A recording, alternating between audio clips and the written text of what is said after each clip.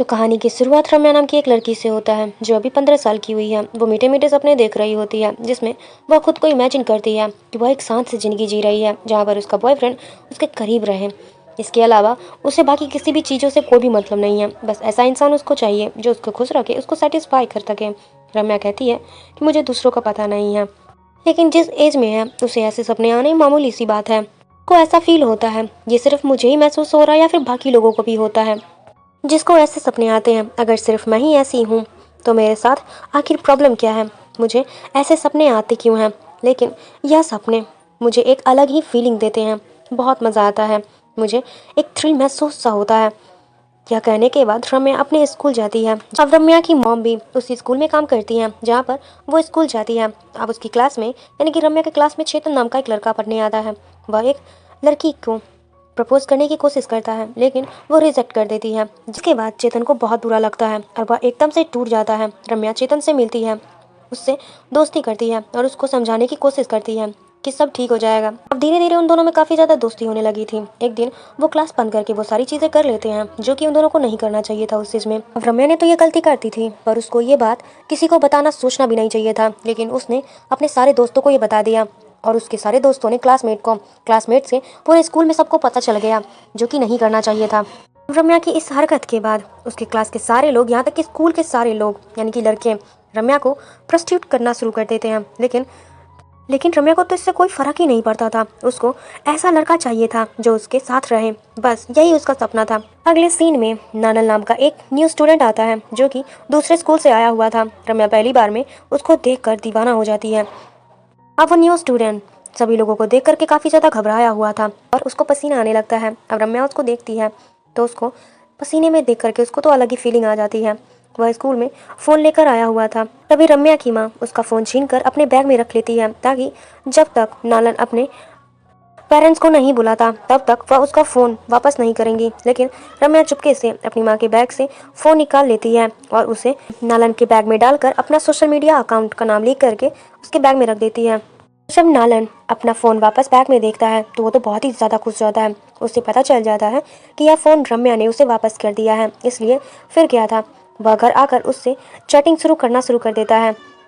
अब दोनों एक दूसरे से डेली बात करना शुरू कर देते हैं। शुरुआत में तो सब चीज़ नॉर्मल होता है पर धीरे धीरे करते हुए थोड़ी सी अजीब सी चीज़ होने लगती है। अब रम्या के दोस्त उससे कहते हैं कि सुन, नालन के साथ मत रह, तुझे पता भी है कि उसे दूसरे स्कूल से क्यों निकाला गया था, वो बहुत ही ज़्यादा नशेड़ी है, वो लड़का बहुत बिगड़ा हुआ है, अभी भी वक्त है, संभल जा वरना बाद में पछताएगी। अब रम्या तो अपनी ही दुनिया में थी, उसे कोई फ़र्क ही नहीं पड़ता था।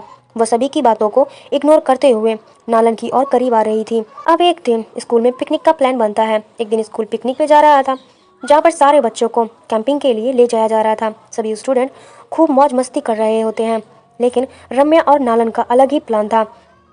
उन दोनों को बस ऐसा मौका चाहिए था जहाँ पर वो दोनों अकेले में फुल मस्ती कर पाएँ, यानी कि वो सब जो कि उसने पहले कर लिया है। लेकिन ऐसा मौका जल्दी नहीं मिलने वाला था, या यूँ कहें उन्हें मिलता ही नहीं है। लड़की और लड़के को अलग अलग जगह पे रखा जाता है, इसलिए दोनों का मिलना जुलना काफ़ी ज़्यादा मुश्किल होता है। पर ये रम्या तो कुछ ज़्यादा ही अल्ट्रा लेवल की थी, या यूँ कहें कि ये हार मानने वालों में से नहीं थी। वह रात को ही चुपके से जंगल की ओर निकल जाती है। उसने पहले नालन को मैसेज कर दिया था कि वह आ करके मिले मुझसे, और फिर वह उस पर इतना भरोसा करने लग गई थी कि वह सीधे अंधेरे जंगल में पहुंच जाती है जहां नालन उसके इंतज़ार में होता है, क्योंकि वह भी रम्या को पसंद करने लगा था। यह दोनों पूरी रात जंगल में एक दूसरे के साथ बिता रहे थे। रम्या कहती है कि तुम कभी भी मुझे छोड़कर तो नहीं जाओगे ना, यानी कि भागोगे तो नहीं। तो नालन कहता है, अरे यह कैसा सवाल कर रही हो तुम, मैं क्यों तुम्हें छोड़ूंगा, हम दोनों हमेशा एक दूसरे के साथ रहेंगे। यहाँ दोनों की रात तो बहुत अच्छी बीती है, लेकिन रम्या के दोस्त को पता चल जाता है यह नालन के साथ गई है, तो वह उसको फ़ोन करके वापस बुलाते हैं और उससे कहते हैं कि रम्या, तुझे पता भी है कि यह तूने क्या किया है, मुझे कुछ भी हो जाता तो क्या जवाब देते हम अपने घर वाले को कि कैसी लड़की बन गई है तू, अभी भी वक्त है, सुधर जा वरना पछताएगी तू, और ऐसे टाइम पे पछताएगी जब तुझे मौका भी नहीं मिलेगा पछताने का, क्योंकि उस टाइम तक बहुत देर हो जाएगी। पर उसको यानी कि रम्या को उनकी बातों से तो कोई फ़र्क ही नहीं पड़ता। एकदम ढीठ लड़की थी, एकदम ढीठ, क्योंकि असर तो उस पर बिल्कुल ही नहीं होना था, किसी की बातों का भी असर नहीं होता था। पता नहीं कैसी लड़की थी। रम्या की आंखों पे जैसे पट्टी ही बन चुकी थी। अच्छा बुरा गलत सही क्या होता है उसे कुछ समझ में ही नहीं आ रहा था। इसलिए उसके कई सारे दोस्त होते हैं जो कि उससे दोस्ती भी छोड़ देते हैं। कि ऐसी लड़की के साथ क्या दोस्ती करनी। बताओ, इसमें कुछ ऐसा है जो कि दोस्ती करने के लायक हो। रम्या जैसे ही घर आती है ना, उसके घर में बहस होते हुए नजर आ रही होती है, क्योंकि बड़ी बहन एक लड़के से प्यार करती थी, लेकिन दादी ने बिल्कुल मना ही कर दिया था कि हमारे परिवार में ऐसा नहीं चलता है। हमारे यहाँ शादी सिर्फ घर वालों के हिसाब से ही होता है, इज्जतदार खानदान में। यह सुनकर रम्या परेशान हो जाती है कि घर वाले यह क्या कह रहे हैं। जब बड़ी बहन के लिए ये बात कह रहे हैं तो उसके लिए भी तो यही फॉलो होगा ना। अब वो इमेजिन करने लगती है कि बड़ी बहन के सिर्फ बॉयफ्रेंड के बारे में पता चला है तो इतना हंगामा हो रहा है। सोचो, अगर उसने जो भी कांड किया है, उसके दोस्तों को जो भी पता है, अगर रम्या के पेरेंट्स को पता चल गया तो फिर क्या होगा। अब रम्या सोचती है, वो तो पहले से ही ढीठ थी, वो सोचती है जो भी होगा देखा जाएगा, मैं सबसे लड़ लूंगी, सिर्फ उस नालन के लिए। कैसी बेवकूफ़ लड़की है। अब एक दिन रम्या की माँ स्कूल के अंदर एक लड़के और एक लड़की को क्लासरूम में बंद रूम में जाते हुए देखती है, जो कि किस कर रहे होते हैं। तो फिर वो पनिशमेंट के लिए दोनों को प्रिंसिपल के ऑफिस ले जा रही होती है। रम्या की माँ कहती है, तुम लोग स्कूल में पढ़ने के लिए आते हो या यही सब करने के लिए आते हो। की चुम्मा चाटी। तो वो लड़की कहती है कि टीचर, आप कुछ ही ना कहो तो बेहतर होगा, क्योंकि आपको तो पता भी नहीं है कि आपकी बेटी नालन चेतन के साथ क्या से क्या कर चुकी है, उनके साथ कितनी बार। आपको पता भी है कि आपकी बेटी को पूरा स्कूल प्रस्टिट्यूट करता है, सारे लड़के उसे गंदी नज़रों से देखते हैं। अपनी बेटी को खुद सिखाओ, वरना आपके हाथ से निकल जाएगी। वो तो बहुत कुछ कर ही चुकी है, खुद की बेटी को तो कुछ सिखा नहीं पाई हो और हमें सिखा रही हो।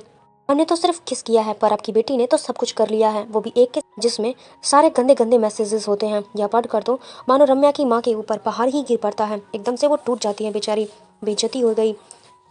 और वो अलग, उन्हें गुस्सा तो बहुत ज़्यादा आ रहा होता है, इसलिए वह घर आकर सबसे पहले रम्या का मोबाइल छीनती है, उसका तो बाहर निकलना बंद कर देती हैं और स्कूल भी अपने साथ लेकर जाती हैं और साथ ही लेकर आती हैं।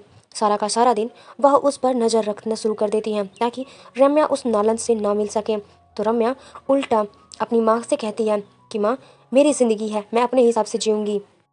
आप अपनी इज्जत बचाने की खातिर मेरे पैर में बेड़ियाँ नहीं बांध सकती हो। जो मेरे मन में आएगा मैं वो करूँगी, आपको उससे कोई भी मतलब नहीं है। और वैसे भी आपको कोई हक नहीं है कि आप मुझे कुछ सिखाओ। मैं जा रही हूँ। और वह रात को ही अपना सारा सामान लेकर घर से भाग जाती है नालन से मिलने, ताकि यह दोनों सभी से दूर जा सकें। लेकिन नालन का भी तो बहुत ही ज़्यादा बुरा हाल था। उसके घर वालों ने भी उसको खूब मारा पीटा और उसको समझाया, और वह उसको इस शहर से दूर लेकर जा रहे होते हैं। उन्होंने सारा का सारा आरोप रम्या के ऊपर ही लगा दिया था कि उसकी वजह से हमारा बेटा बिगड़ा है। अब जब रम्या के पिता को इसके बारे में पता चलता है तो वो इतना ज़्यादा गुस्सा हो जाते हैं कि वह सारा का सारा गुस्सा रम्या को मार मार कर निकालते हैं, यह कहते हुए कि आखिर तुम ऐसी कैसे बन गई हो, इज्जतदार खानदान में पैदा होने के बावजूद ऐसी लड़की कैसे बन सकती हो तुम। और वो सीधे रम्या की माँ को इसका जिम्मेदार बताते हुए कहते हैं कि सब तुम्हारी वजह से हुआ है, ज़्यादा ही छूट देकर रखी हुई हो दोनों बेटियों को, नतीजा देख लो। रम्या की माँ तो पहले से ही सदमे में थी। एक तो स्कूल जाकर पढ़ाती हैं, शाम को बच्चों को ट्यूशन देती हैं, भी टाइम मिलता है उसमें घर को संभालती हैं। उनको तो टाइम ही नहीं मिलता था कि वो अपने बच्चों पर ध्यान दे सकें, लेकिन वह अपनी तरफ से पूरी कोशिश करती हैं और अब फैसला करती हैं कि बेटे की ज़िंदगी बर्बाद नहीं होने देंगे। वह दूसरे स्कूल में रम्या को ले जाती हैं, जहाँ उसका एडमिशन करवा दिया जाता है। वह रम्या से कहती हैं कि नालन अच्छा लड़का नहीं है, मैंने नालन के घर वालों से बात की है, वह तुम्हें बहुत ही गलत लड़की कह रहे हैं कि उसके घर वाले तुमसे नफरत करते हैं। बेटा, ऊपर से नाने ने यह तक भी कह दिया था कि इन सब में उसकी भी गलती थी। अगर तुम ऐसा सोच रही हो कि उसने ऐसा कहा होगा तो बिल्कुल ही गलत सोच रही हो। उसने ऐसा कुछ भी नहीं कहा था, जहाँ तक कि सारा गलती तुम पर ही लगा दिया था कि उसने ही मुझे पहले फंसाया था, इसलिए उससे भूल जाओ। वो लड़का बिल्कुल भी अच्छा नहीं था और अपनी नई ज़िंदगी की शुरुआत करो। पर रम्या कहती है, माँ, मैंने आपसे पहले ही कहा था ना कि आप मुझे अपने रूल्स मत बताओ, और ज़िंदगी मुझे कैसे जीनी है मुझे भी पता है, जैसे मुझे लगेगा मैं वैसा ही करूँगी। और वैसे भी मैं सबको पहले ही बता चुकी हूँ कि मुझे आपके साथ नहीं रहना, मैं जा रही हूँ हॉस्टल में रहने। अगर आपने मुझे रोकने की कोशिश की तो सच बता रही हूँ, आत्महत्या कर लूँगी, फिर सहते रहना पूरी ज़िंदगी भर। इसलिए बेहतर यही होगा कि आप मुझे अपनी तरह से ज़िंदगी जीने दो। पर अब बेटी ने यह बोल दिया था तो माँ करती भी तो करती क्या, बेचारी। उसकी माँ काफ़ी ज़्यादा उदास हो जाती है कि क्या हो गया है इस लड़की को, ये कैसी कैसी बातें कर रही हैं। और अब उसके पास कोई दूसरा रास्ता भी नहीं था। जब बच्चा यह बोल दे कि मरने जा रही हूँ तो घर वाले क्या करेंगे, माता पिता तो बेबस हो जाते हैं। इसलिए वो रम्या को जैसा सही लगे वैसा करने के लिए छोड़ देते हैं। घर वालों से दूर हॉस्टल में रहने की वजह से अब रम्या पर कोई भी रोक टोक नहीं था। वो आई तो थी पढ़ने के लिए, लेकिन अब उसका एक नया ड्रामा हो गया था। हर दिन नया बॉयफ्रेंड बनाती, उनके साथ फिजिकल रिलेशन रखती और बाद में यह सोचती उसका बॉयफ्रेंड उसके साथ हमेशा रहेगा, उसका सच्चा वाला प्यार रहेगा। लेकिन हर बार वो गलत साबित हो जाती थी, क्योंकि हर बंदा उसका इस्तेमाल करता, फिजिकल करने के बाद उसको छोड़कर चला जाता। लेकिन रम्या फिर भी हार नहीं मानती थी। वो फिर नया लड़का ढूंढती, उसके साथ फिजिकल होती, फिर वह उसे छोड़कर चला जाता, फिर नया ढूंढती और इसी तरीके से वो अर्जुन नाम के एक लड़के के साथ रिलेशन में आ जाती है, जो कि उसी के कॉलेज में पढ़ता है। हाँ, यह सीरियस था। अब देखा जाए तो ये दोनों रिलेशनशिप के लिए सीरियस थे। डेली रम्या अब रम्या डेली बॉयज़ हॉस्टल जाती और अपने बॉयफ्रेंड के साथ, यानी कि वही लड़का जो कि अर्जुन, उसके साथ फिजिकल रिलेशन बनाती हॉस्टल में जा कर के। अब ये इतनी ज़्यादा खो जाते हैं एक दूसरे में कि वो पढ़ाई तो बहुत दूर की बात है, लोगों पर भी ध्यान नहीं देते हैं। खैर, वो किसी तरीके से पास हो जाते हैं, पता नहीं कैसे, चोरी मार लिए थे क्या। अब इन सारे चक्करों में वो पढ़ाई कहाँ करने वाली थी। अब एक दिन की बात है, ग्रेजुएशन कंप्लीट करने के लिए अर्जुन को दूसरे शहर जाना पड़ता है, लिए बुलाया गया था उसको, इसलिए वह बहुत ज़्यादा खुश होता है कि चलो कैसे, इसलिए वो बहुत ज़्यादा खुश हो जाता है और कहता है कि चलो कुछ पैसे कमा लिया जाए। लेकिन उसके जाने से रम्या उदास हो जाती है, लेकिन फिर भी वह उससे कहती है कि मेरी फिक्र मत करो, तुम्हारा ग्रेजुएशन पूरा हो जाएगा तो हमारी लाइफ सेट हो जाएगी। इसलिए जाने के एक हफ्ते तक वो उससे कोई भी कांटेक्ट नहीं करता, यहाँ तक कि उसका नंबर भी बंद हो जाता है, या यूँ कहा जाए कि उसने ब्लॉक मार दिया था। अब रम्या को टेंशन हो जाती है कि सब ठीक तो होगा ना अर्जुन के साथ। लेकिन फिर उसको बाकी स्टूडेंट से पता चलता है कि अर्जुन की दूसरी गर्लफ्रेंड है उसके साथ और वो दूसरे शहर में सेटल हो गया है। दोनों के पेरेंट्स एक दूसरे को अच्छे से जानते हैं और रम्या को तो यकीन ही नहीं हो रहा था कि अर्जुन उसे धोखा दे सकता है। वो सोचती है कि वो ऐसा नहीं कर सकता है। जैसे तैसे उसको अर्जुन का नया नंबर मिलता है तो वह उससे तुरंत फ़ोन लगाती है। लेकिन अर्जुन तो बहुत ही ज़्यादा छिछोरा टाइप का था, वो प्यार से बात करके उसका दिल बहला लेता है। अर्जुन यहाँ डबल गेम खेल रहा होता है। उसने जब रम्या से रिलेशनशिप बनाया तब वह पहले से ही दूसरी लड़की के साथ रिलेशनशिप में था। उसको धोखा देकर रम्या के साथ हुआ। अब रम्या को धोखा देकर वो दूसरी लड़की के साथ हो चुका था। दोस्त उससे कहते हैं कि भूल जाओ उस लड़के को, अर्जुन को, वो ठीक नहीं है। हमने पहले भी समझाया था तुझे, तू सिर्फ ऐसा लड़का चाहती है, तू सिर्फ ऐसा लड़का चाहती है जो जल्दी से जल्दी तेरे साथ फिजिकल हो और तेरे साथ सीरियस हो जाए। अरे फिजिकल होने के बाद कोई गारंटी नहीं है, लड़के को यही होता है। फिजिकल हुए, चलो चेंज करो, आजकल बहुत कॉमन सी बात है ये, लड़के मिलते हैं। और वैसे भी अर्जुन को भी ऐसी लड़की चाहिए थी जो कि उसने तुझे यूज़ किया। रम्या को इतना बुरा लगता है कि उसने खाना पीना तक बंद कर दिया होता है, यहाँ तक कि उसको हॉस्पिटल में भी एडमिट करना पड़ता है। रम्या की दोस्त सेवली अर्जुन को फ़ोन करके कहती है कि रम्या हॉस्पिटल में है, कम से कम एक बार तो आकर उससे मिल लो, दिलासा दे दो, कम से कम उसको अपने मुँह से सच्चाई तो बता सकते हो। पर अर्जुन तो आने का नाम ही नहीं लेता है। कहता है कि अरे क्या मतलब, वो पागल है तो मैं क्या करूँ। अब समय गुजरता जाता है और अर्जुन की ग्रेजुएशन कंप्लीट हो जाती है। वो डिग्री लेने कॉलेज आता है तो उसको देखकर रम्या बहुत ही ज़्यादा गुस्सा हो जाती है और सबके सामने ही उसको मारते हुए कहती है कि दो दो लड़कियों के साथ रिलेशनशिप बनाते हुए तुझे शर्म नहीं आती। यह सुनकर सारे लोग इस चीज़ की वीडियो बनाना लग जाते हैं। पर अर्जुन कहता है कि हाँ, तो क्या करता, मैंने हमेशा से तुझे समझाया था कि हमारा रिलेशनशिप आगे नहीं बढ़ पाएगा, लेकिन तुमने तो समझने के बजाय आत्महत्या करने की धमकी दे दी थी, इसलिए मुझे तुम्हारे साथ रहना पड़ा। सब तुम्हारी गलती है। रम्या फिर से उदास हो जाती है। इस बार भी अर्जुन ने अपनी गलती नहीं बनी और बाकी लड़कियों की तरह और बाकी लड़कों की तरह सारा आरोप उस पर ही डाल दिया। अब सेवली जल्दी से आती है और उन सभी का फ़ोन छीन लेती है जो कि उसका वीडियो बना रहे होते हैं, क्योंकि वह सिर्फ रम्या के साथ देती है। उसको समझाती है पर वो नहीं चाहती थी कि रम्या के साथ कुछ भी गलत हो जाए और रम्या तो ऑलरेडी टेंशन में होती है। तभी खबर आती है कि उसकी दादी का देहांत हो चुका है, इसलिए वह इतने सालों के बाद फिर अपने घर वापस आती है। और अब उसकी ऐसी हालत देख करके उसके घर वाले भी परेशान हो जाते हैं कि आखिर हो क्या गया है हमारी रम्या के साथ। लेकिन रम्या तो यहाँ सिर्फ फ्यूनरल में आई होती है, यानी कि अपनी दादी की बरसी में आई होती है और उसके बाद वह वापस अपनी ज़िंदगी में वापस जीने के लिए चली जाती है। कॉलेज पूरा हो चुका होता है, हर बैच में उसके कई बॉयफ्रेंड बने होते हैं, लेकिन किसी के भी साथ रिलेशनशिप नहीं चलता है। 32 साल की हो चुकी होती है, अभी ना तो उसके पास ढंग का घर है, ना ही कोई नौकरी है। समय से पहले उसके चेहरे पर झुर्रियाँ आने लगती हैं और अभी के टाइम पे वह इरफान नाम के लड़के के साथ रिलेशनशिप में है, लेकिन उन दोनों के बीच में अनबन होती रहती है। यह इरफान ऐसा लड़का है, वैसे वह रम्या को पसंद करता है लेकिन थोड़ा शॉर्ट टाइम पर है, जिस वजह से रम्या उससे बहस करती रहती है। एक दिन बहस इतनी ज़्यादा बढ़ जाती है कि वह इरफान से खुद ही अलग हो जाती है, लेकिन वह उसके पास वापस आती है तो इरफान ने दूसरी गर्लफ्रेंड पटा ली है। उसको लगा कि रम्या कभी भी वापस नहीं आएगी और यह देखकर रम्या का और भी बुरा हाल हो जाता है, लेकिन अब कहीं ना कहीं उसको एहसास हो जाता है कि शायद मेरी ही गलती है, मैंने इरफान को गलत समझा, ऐसे उसको छोड़कर नहीं जाना चाहिए था। इरफान से भी अलग होने के बाद अब रम्या बिल्कुल अकेली हो जाती है। उसने समझ लिया कि मेरे घर वालों का मुझे श्राप मिला है, इसलिए मेरी ज़िंदगी ऐसी हो चुकी है, अब कभी भी मुझे सुकून नहीं मिलेगा। कितनी ज़्यादा बेशरम लड़की है ये, अपनी सारी गलती अपने घर वालों पे डाल देती है, मतलब अपनी गलती मानने को तैयार ही नहीं है। वो कहती है कि उन्होंने मेरी ज़िंदगी बर्बाद कर दी, खास करके उसकी माँ जो बेचारी सबसे ज़्यादा उसके लिए टेंशन में रहती थी, उसकी एक झलक पाने के लिए बेकरार रहती हो। रम्या की ज़िंदगी तो बहुत ही ज़्यादा ख़राब हो चुकी थी, लेकिन शिवली की अब शादी हो चुकी थी, उसकी बेबी होने वाली थी। एक एक ऑस्ट्रेलियन बंदे के साथ उसकी शादी हुई थी, वह दोनों वहीं सेटल हो गए थे, लेकिन हमेशा एक वीडियो कॉल के जरिए रम्या के टच में रहते थे। लेकिन रम्या को कोई जलन तो नहीं थी, लेकिन उसको हमेशा ऐसा लगता था कि आखिर मैंने कर क्या दिया है जो मुझे ऐसी ज़िंदगी मिली। मुझे भी तो एक ऐसी बॉयफ्रेंड चाहिए था जो हमेशा मेरे साथ रहे। मैं उसकी खुशी के लिए उसके साथ फिजिकल होने को भी तैयार थी, लेकिन किसी ने भी मेरा साथ नहीं दिया। क्या सारी गलती मेरी है? और वो खुद से कई सवाल कर रही होती है।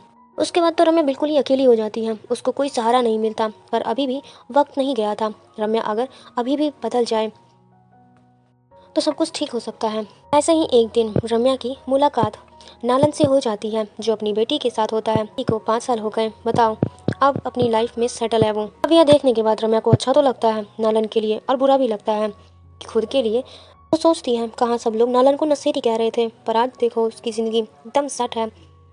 और अगर वो सोचती कि हम दोनों की शादी हो जाती तो मैं कितनी ज़्यादा खुश रहती आज। लेकिन ऐसा कुछ भी नहीं हुआ। नालन भी कहता है कि मैंने कई बार तुम्हें कांटेक्ट करने की कोशिश की, लेकिन नहीं हो पाया। पर अब हम दोनों आगे अपनी ज़िंदगी में बढ़ चुके हैं। अगले सीन में रूममेट के जाने के बाद रम्या बिल्कुल अकेली हो जाती है, और तब वह अपनी माँ को यहाँ रहने के लिए बुला लेती है, ताकि जब भी उसकी माँ को टाइम मिले वो रम्या के साथ रह सके। इस चीज़ से रम्या की माँ भी काफ़ी ज़्यादा खुश हो जाती है, और सबसे पहले वह घर की सफाई करते हैं, क्योंकि रम्या ने घर का क्या कबाड़ खाना बना दिया था। लेकिन यहाँ साफ़ करने के दौरान वो खिड़की खुला देखती हैं, जिससे होता यह है कि रम्या की बिल्ली खिड़की से बाहर भाग जाती है। यह देखकर रम्या को सदमा लग जाता है कि आखिर आपने यह क्या कर दिया। उस बिल्ली को मैंने बचपन से पाला था, मैंने बहुत बड़ी गलती कर दी आपको यहाँ पर बुलाकर। अरे, जब भी आप मेरे करीब होती हो ज़िंदगी नरक बन जाती है मेरी। यह सुनकर रम्या की माँ का फिर से दिल टूट जाता है, और वह अपना दर्द जाहिर नहीं करती, लेकिन अंदर ही अंदर उन्हें रम्या के लिए काफ़ी ज़्यादा बुरा लगता है। उसकी ऐसी हरकत देख करके तो बुरा तो लगना ही है। रम्या तो उनको वापस घर जाने के लिए भेज देती है और कहती है कि आपको यहाँ पे रहने की कोई ज़रूरत नहीं है, इसलिए बेचारी माँ चली जाती है। इस सीन में हम देखते हैं कि शिवली ने एक बेटे को जन्म दिया है, और अपनी खुशी वीडियो कॉल के जरिए रम्या के साथ बांटती हैं और कहती हैं कि रम्या, तुझे पता है जब मेरी बेबी पेट में थी तो वो गिर गई थी, इतना ज़्यादा दर्द होने लगा था, मुझे तो बहुत ही ज़्यादा डर लग रहा था कि कहीं कुछ हो ना जाए। बच्चे को दुनिया में लाने के लिए बहुत तकलीफ़ होती है, लेकिन बच्चे की आवाज़ ने सारा दर्द मिटा दिया था मेरा। अरे, माँ के लिए उसका बच्चा कितना ज़्यादा हिम्मत रखता है। माँ बनकर एहसास हो रहा है कि भाई, यह सुनकर रम्या को अब जा कर के पहली बार अपनी माँ का प्यार समझ में आता है, जो उसकी माँ उसको करती है। उसकी माँ ने उसको हमेशा ही सिखाया जो रम्या के लिए सही है, लेकिन हमेशा अपनी माँ को उसने गलत समझा। अब वो सोचती है कि उसको कैसे लगता होगा जब वो ऐसे बर्ताव करती होगी। तो शिवली कहती है कि देख, एक बार अपनी माँ के पास जाओ, उनके गले लगकर उनको आई लव यू बोलो और माफ़ी मांगो, देखना तुम्हें बहुत ही सुकून मिलेगा। तुमने अपने बॉयफ्रेंड को तो कई बार आई लव यू कहा ही होगा, एक बार अपनी माँ को कहो, तुम्हें वो सुकून मिलेगा जो तुम्हें आज तक नहीं मिला होगा, अपने किसी भी बॉयफ्रेंड से नहीं मिला होगा। इसलिए रम्या हिम्मत जुटाकर अपनी माँ के स्कूल जाती है, जहाँ उसकी माँ रिटायरमेंट हो रहा था। और जब बाकी स्टूडेंट रम्या को देखते हैं तो आपस में कहने लगते हैं कि यह तो वही रम्या है ना, जिसकी वजह से अब हमें पिकनिक पर नहीं लेके जाते। पेरेंट्स कहते हैं कि रम्या की तरफ मत बनना। सभी लोगों के मुंह पर उसी की बात होती है, उसके जैसे ना बनो। रम्या को इतना ज़्यादा बुरा लगता है कि वो सोचती है कि क्या मेरा इतना ज़्यादा कैरेक्टर ख़राब है, लेकिन वो खुशी भी थी। कम से कम मैं किसी के लिए मिसाल तो बनी कि कोई मेरे जैसा ना बन सके, यह काफ़ी है मेरे लिए। तो रम्या की माँ उसको देखकर बहुत ज़्यादा खुश होती है। रम्या आज हिम्मत करके अपनी माँ को पहली बार आई लव यू बोलती है और गले लगाती है, और साथ ही वह उनसे माफ़ी भी मांगती हैं कि माँ मुझे माफ़ कर देना, मैंने हमेशा आपका दिल दुखाया और मैं बेटी कहलाने के लायक नहीं हूँ, हो सके तो मुझे माफ़ कर देना। यह सुनकर उसकी माँ की आंखें भर जाती हैं, क्योंकि बच्चा कैसा भी हो, माँ के पास आते ही माँ का मन पिघल जाता है। आज उसको ऐसा लग रहा था कि उन्हें सब कुछ मिल गया हो। रम्या को अपनी गलती का एहसास हो जाता है कि हम जो भी चाहते हैं उसे हासिल करने के लिए हम किसी भी हद तक गुजर सकते हैं। वो भी नहीं सोचते कि इनका अंजाम क्या होगा। जिंदगी एक दिन वो मोड़ जरूर लेकर आती है जहाँ मजाक और मस्ती के बीच सच्चाई का जोरदार थप्पड़ लगता है, और तब जाकर हमें एहसास होता है कि हम कितने गलत थे। इस समय बस एक ऐसे इंसान की ज़रूरत होती है जो हर बार गलती को जानते हुए भी हमें एक्सेप्ट कराए, और वो सिर्फ माँ होती है। और आज उसी वजह से रम्या में सुधार आया, और अब वो बॉयफ्रेंड के चक्कर को छोड़ करके एक नए तरीके से अपनी ज़िंदगी की शुरुआत कर चुकी है। और अब ना सिर्फ वो जॉब कर रही है बल्कि अपने पैसे से खुद का घर भी खरीद दे रही है। ज़िंदगी में जो सुकून खुशी को ढूंढते ढूंढते जा रही थी वो उसे अब मिल चुकी है, और आज उसको जो भी मिला है सिर्फ और सिर्फ उसकी माँ की वजह से हो पाया है। आखिर माँ ही तो वो चीज़ होती है जो अपने बच्चों को सहारा देती है और उनको मुश्किल से बाहर निकालती है। दुनिया साथ छोड़ देती है लेकिन माँ कभी भी साथ नहीं छोड़ती। इसी प्यारे से मैसेज के साथ हम अपनी कहानी को खत्म करते हैं। आई होप कि आपको हमारा वीडियो अच्छा लगा और लगा हो तो प्लीज़ एक लाइक कमेंट शेयर सब्सक्राइब जरूर करें। Thank you so much for watching. मिलते हैं अगले वीडियो में। बाय।